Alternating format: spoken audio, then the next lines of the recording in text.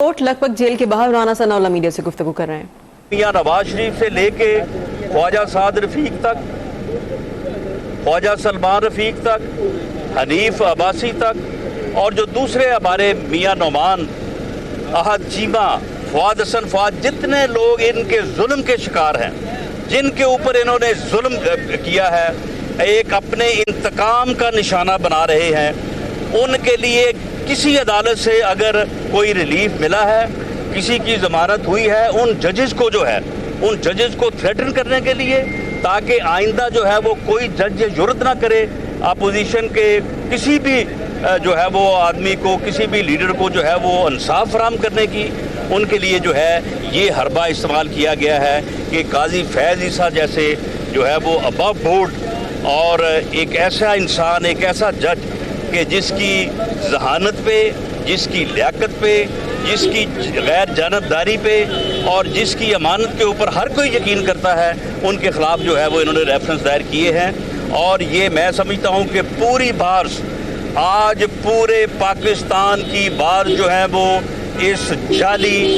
और इस नालायक आज़म के इस फेल को जो है वो कंडेम कर रही हैं और ये सिलसिला जो है ये चल निकला है। और अब इस जाली वज़ीर आज़म को, इस सेलेक्ट हुकूमत को जो है अपना बोरिया बिस्सा जो है वो लपेटना होगा। राणा साहब कल बिलावल गए थे नैब में, वहाँ पर जो मैदान जंग बना रहा, अब क्या कभी कोई लीडर जब जाएगा पेशी के लिए तो यही सूरत हाल कायम होगी? मेरा ख्याल है कि जो इन्होंने कल मुजाहरा किया है वहाँ पे इस्लामाबाद में, शर्म आनी चाहिए इस नालायक आज़म को कि तुम खुद तो इस्लामाबाद को 126 दिन तक तुमने मफलूज किए रखा। खुद तो तुम कहते थे कि जी मेरे कारकुनों को यहाँ पे आने से कोई ना रोके, और कल तुमने पूरे इस्लामाबाद को मफलूज कर दिया, कल तुमने पूरे इस्लामाबाद को सीज कर दिया और वहाँ पे जो कारकुन पहुँचे उनके ऊपर लाठी चार्ज किया। मैं समझता हूँ कि वो दिन करीब है जब तमाम सियासी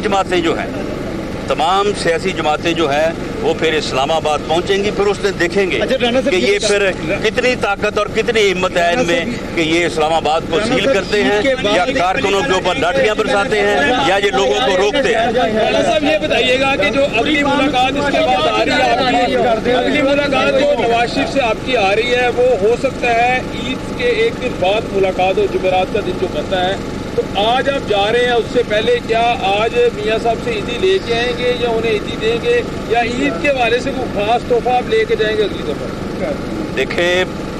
जब मुल्क जो है वो इस सूरत हाल में हो तो क्या किसी ने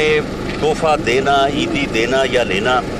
मैं समझता हूँ कि इस वक्त पूरी कौम को इस ईदी की ज़रूरत है और पूरी कौम को इस तोहफे की ज़रूरत है कि इस नालायक आज़म से इस पाकिस्तान की जान छुड़ाई जाए। इस नालायक आज़म ने इस मुल्क की इकॉनमी का बेड़ा गर्क कर दिया है, इस मुल्क के अदारों का बेड़ा गर्क कर दिया है, इसने मीडिया को जो है वो